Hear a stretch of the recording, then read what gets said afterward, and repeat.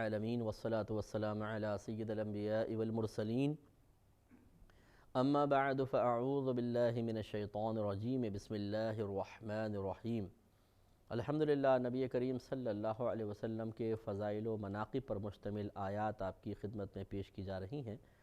اور اس سے اندازہ ہوتا ہے کہ اللہ تعالیٰ اپنے حبیب کریم صلی اللہ علیہ وسلم سے کس قدر محبت فرماتا ہے، اور کتنے کمالات اور کتنے فضائل اور کتنے برکات اللہ تعالیٰ نے اپنے حبیب کریم صلی اللہ علیہ وسلم کو عطا فرمائے ہیں۔ اور جب اللہ تعالیٰ جو ایک کامل ذات ہے جس میں کوئی عیب نہیں ہے، کوئی نقص نہیں ہے، یقینی سی بات ہے جب وہ اپنے حبیب کو کوئی انعام عطا فرمائے گا تو اس انعام میں بھی کوئی نقص کوئی عیب نہیں ہوگا، اور وہ بے عیب اور بے نقص انعامات کمالات اور فضائل جس ذات میں رکھے جائیں گے، ودیعت کیے جائیں گے، وہ ذات بھی پھر کتنی باکمال ہوگی اور کتنی بے نقص ہوگی۔ تو اس سے اندازہ ہوتا ہے کہ جب کمالات و برکات و فضائل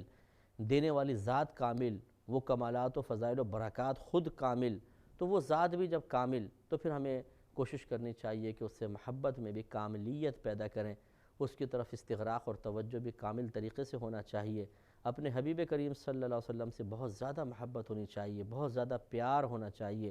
اور یقینی سی بات ہے کہ جب ہم اس ذات سے پیار کریں گے جس سے خود اللہ تعالیٰ پیار کرتا ہے، تو پھر رب کریم بھی ہم سے محبت فرمائے گا، کیونکہ یہ ایک قانون ہے، سمجھ لیجئے۔ اگرچہ اللہ تعالیٰ، دیکھیں میں نے آپ کو پہلے بھی کئی دفعہ بتایا کہ وہ فیلنگز سے پاک و صاف ہے،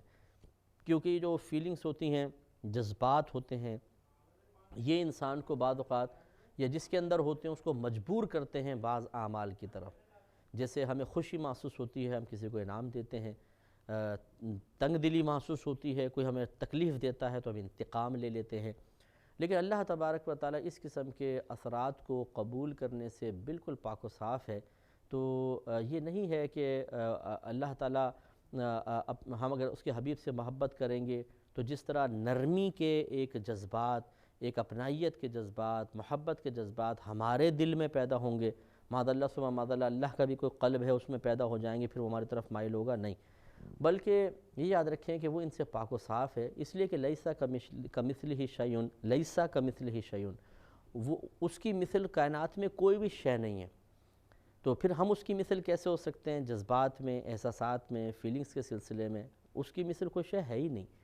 تو مطلب کہنے کا یہ ہے کہ اس کا ارادہ ازلی یہ ہے، اس نے ارادہ فرما لیا ہے کہ جو اس کے حبیب سے محبت کرے گا اللہ تعالیٰ اس پر انعامات کی بارش کر دے گا۔ یہی اللہ کی محبت کرنے کا مفہوم ہے، یہ سمجھ لیں۔ تو لہٰذا معلوم یہ ہوا، اور دنیاوی لحاظ سے آپ دیکھیں،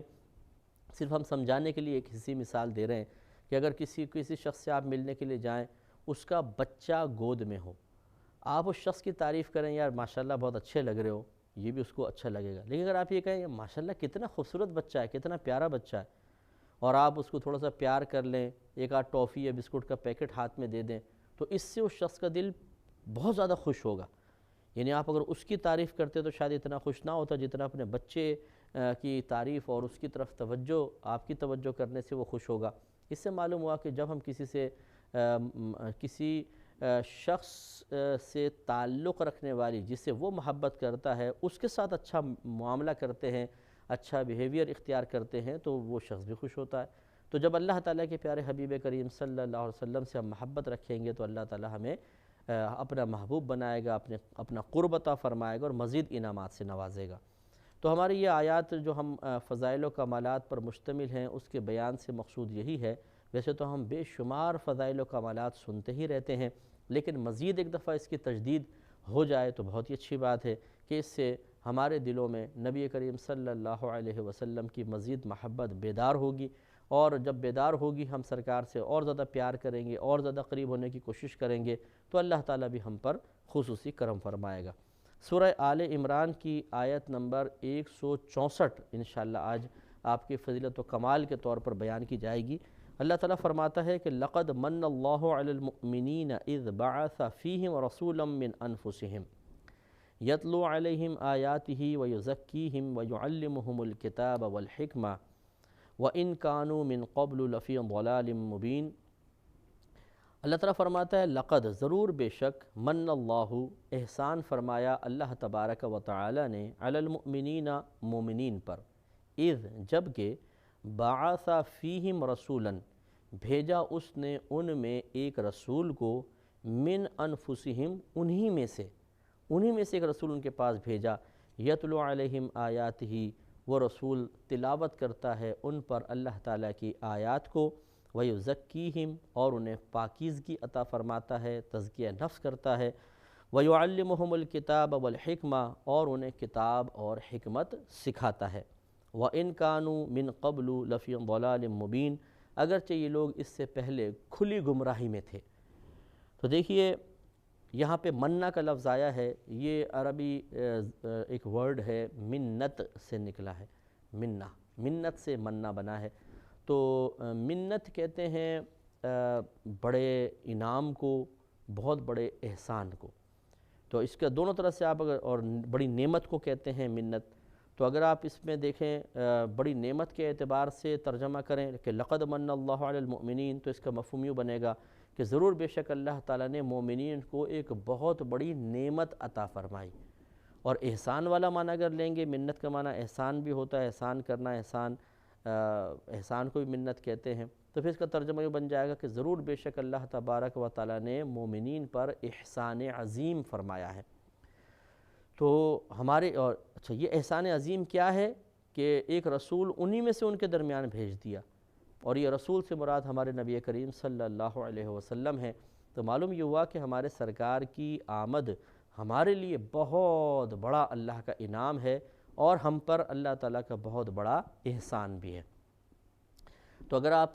ذرا سا غور کریں کہ خود اللہ تعالیٰ جب اپنے حبیب کریم صلی اللہ علیہ وسلم کو ایک بہت بڑی نعمت قرار دے رہا ہو، ایک بہت بڑا احسان قرار دے رہا ہو، تو یقینی سی بات ہے کہ پھر واقعی سرکار بہت ہی بڑی نعمت ہے۔ تو اس نعمت کی قدر کرنی چاہیے۔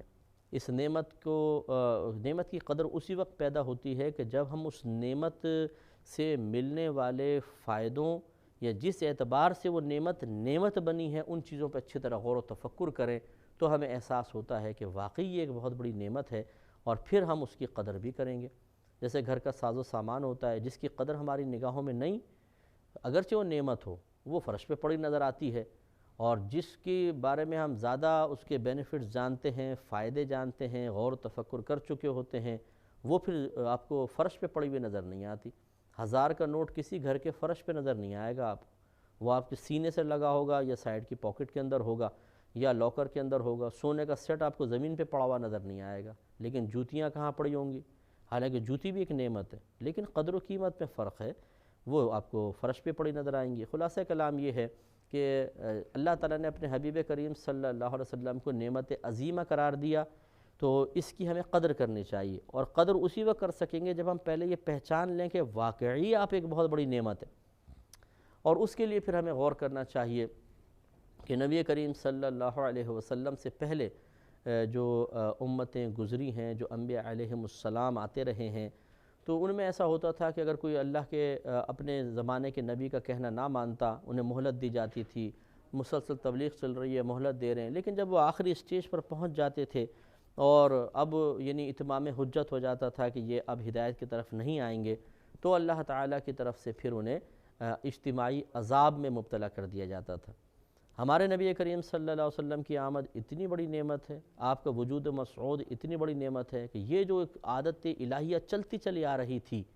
اللہ نے اس کو ختم کر دیا۔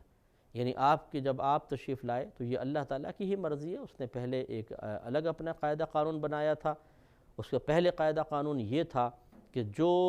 نبی کا آخری وقت تک کہنا نہیں مانے گا، ایک لمٹ پوری ہو جائے گی، ایک مدت پوری ہو جائے گی، تو اس کو ان سب کو اجتماعی عذاب میں مبتلا کیا جائے گا۔ لیکن جب نبی کریم صلی اللہ علیہ وسلم آئے تو اللہ تعالیٰ کا ارادہ یہ والا ارادہ کار فرما ہوا کہ اللہ تعالیٰ نے فرمایا کہ ما کان اللہ لیعذبہم وانت فیہم، اے حبیب کریم صلی اللہ علیہ وسلم، اللہ تعالیٰ کی یہ شان نہیں کہ آپ ان کے درمیان موجود ہوں اور انہیں اجتماعی عذاب میں مبتلا فرما دے، لہٰذا ان پر عذاب نہیں ہوگا۔ یہ ایک بہت بڑا اللہ کے نبی کا انعام ہے، ایک بہت بڑا احسان ہے، ایک بہت بڑی نبی کریم صلی اللہ علیہ وسلم کی آمد ایک نعمت عظیمہ کے طور پہ ظاہر ہوئی کہ ہم سے اجتماعی عذاب کو اٹھا لیا گیا۔ حالانکہ آپ قرآن اٹھا کے پڑھیں، پچھلی امتوں پر ایک ایک گناہ کی وجہ سے عذاب نازل ہوا ہے۔ کوئی بدفعلی میں مبتلا تھی، عذاب، کوئی ناپ تول میں کمی کرتا تھا، عذاب نازل ہوا، کسی نے اللہ تعالیٰ کی نافرمانی کی کہ ان کو منع کیا تھا ہفتے کے روز شکار نہ کرنا، کر لیا، عذاب میں مبتلا ہو گئے۔ کسی کو منع کیا تھا جی اونٹنی کو نہیں مارنا ہے، انہوں نے مار دیا، اجتماعی عذاب میں مبتلا کر دیا گیا۔ لیکن آپ یہ دیکھیے کہ اس امت میں وہ تمام جتنے گناہ پیچھے ہو چکے ہیں سارے گناہ موجود ہیں، بلکہ اس سے کہیں زیادہ بڑھ کر لوگ گناہ کر رہے ہیں۔ جیسے ہمارے خود کراچی کے اندر جیسے یہ ٹارگٹ کلنگ ہو رہی ہے، کتنی بے دردی کے ساتھ لوگوں کو مارا جا رہا ہے، روزانہ 8-10 لاشیں گرتی ہیں۔ اور یہی نہیں ہے، خیر یہ تو فوکس ہو جاتا ہے، بعض اوقات پورے دنیا کے اندر یہ نظام چل رہا ہے کہ کس قدر بے دردی کے ساتھ قتل و غارت ہو رہی ہے، لوٹ مار ہو رہی ہے اور گناہ ہو رہے ہیں بڑے بڑے۔ لیکن اس کے باوجود اب کیوں ایسا نہیں ہوتا کہ ہم پہ اجتماعی عذاب نازل ہو؟ یہ صرف ہمارے نبی کریم صلی اللہ علیہ وسلم کا صدقہ ہے، کرم ہے کہ سب کچھ ختم ہو گیا۔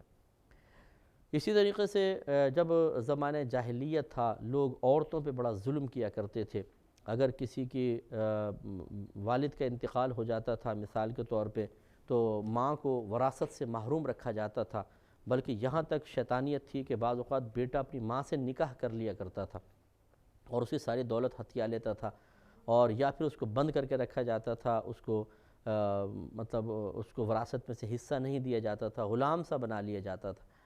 اور اسی طریقے سے یہ بھی رواج تھا کہ عورتوں کو بکثرت طلاق دی جاتی تھی، 1 2 3 100 طلاقیں دے دیا کرتے تھے۔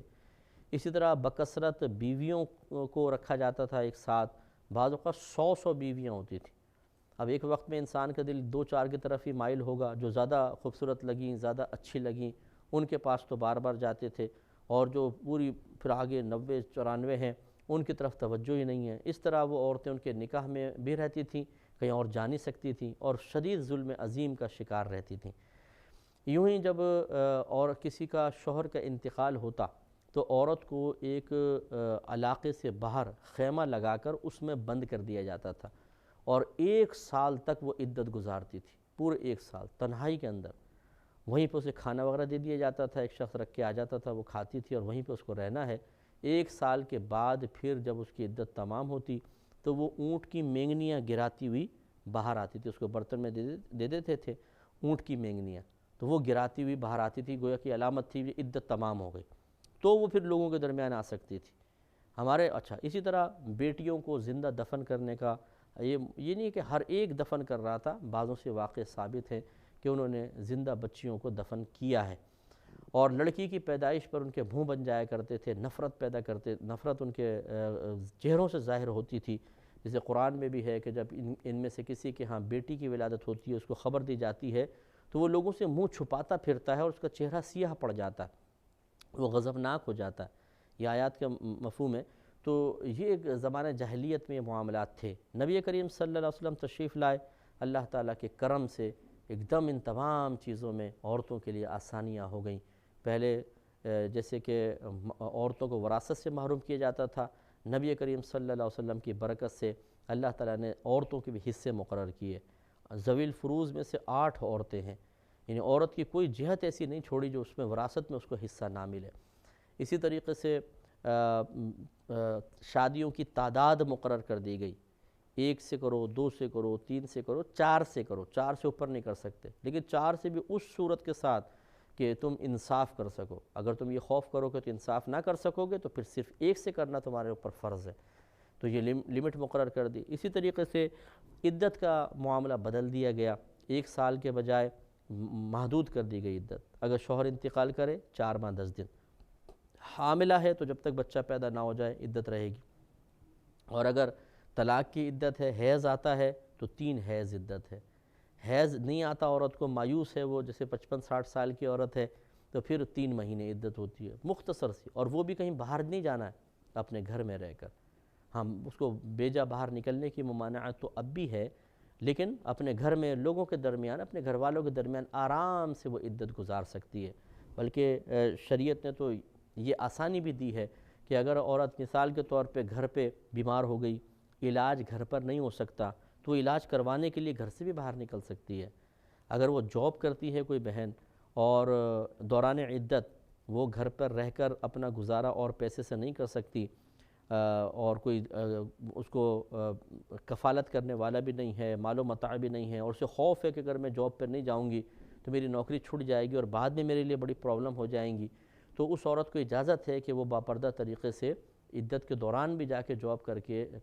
دن میں جاب کرے، شام کو اپنے گھر پہ واپس آئے۔ تو باہر نکلنے سے عدت کوئی ختم نہیں ہو جاتی، اتنی اس کو آسانیاں دے دی گئی۔ اسی طرح بیٹی کی حیثیت سے اللہ تعالیٰ نے خود اپنی صاحبزادی کے ساتھ اچھے معاملات فرمائے۔ بی بی فاطمہ رضی اللہ تعالیٰ عنہ ملنے کے لیے آتی، سرکار تعظیم کے لیے کھڑے ہو جاتے تھے، پیشانی پہ بوسہ دیتے، انہیں ان کے لیے چادر بچھا دیا کرتے تھے، اپنی جگہ ان کو بٹھاتے تھے، یعنی اتنی عزت اور تعظیم دی،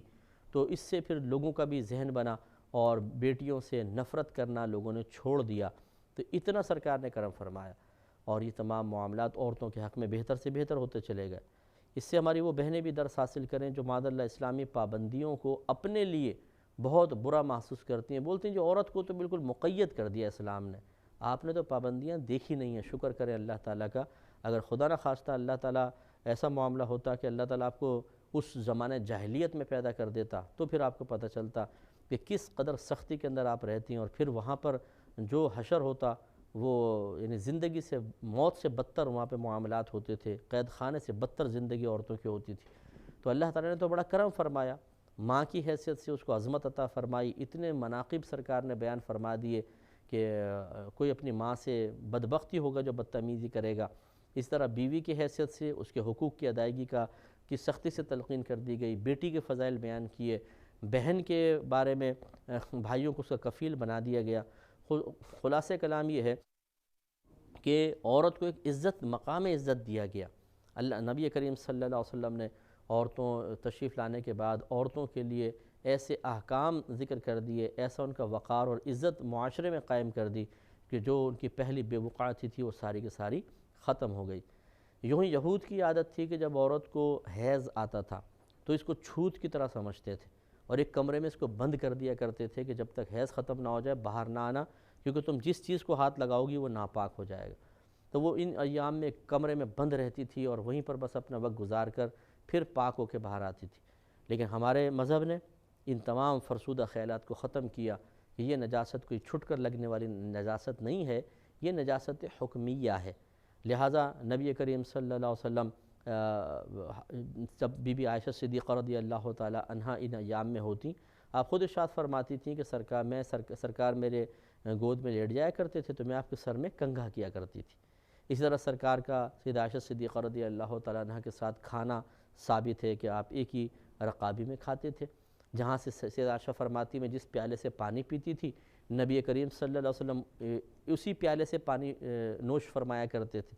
یعنی گویا کہ پھر یہ جو چھوت کا ایک تصور تھا وہ ختم کیا، عورت کو یہاں پہ بھی عزت عطا فرمائی۔ تو بہنوں کو بھی اس پر غور کرنا چاہیے۔ انشاءاللہ اس پہ مزید کلام جاری رہے گا نیکسٹ پروگرام میں۔ وآخر دعوانا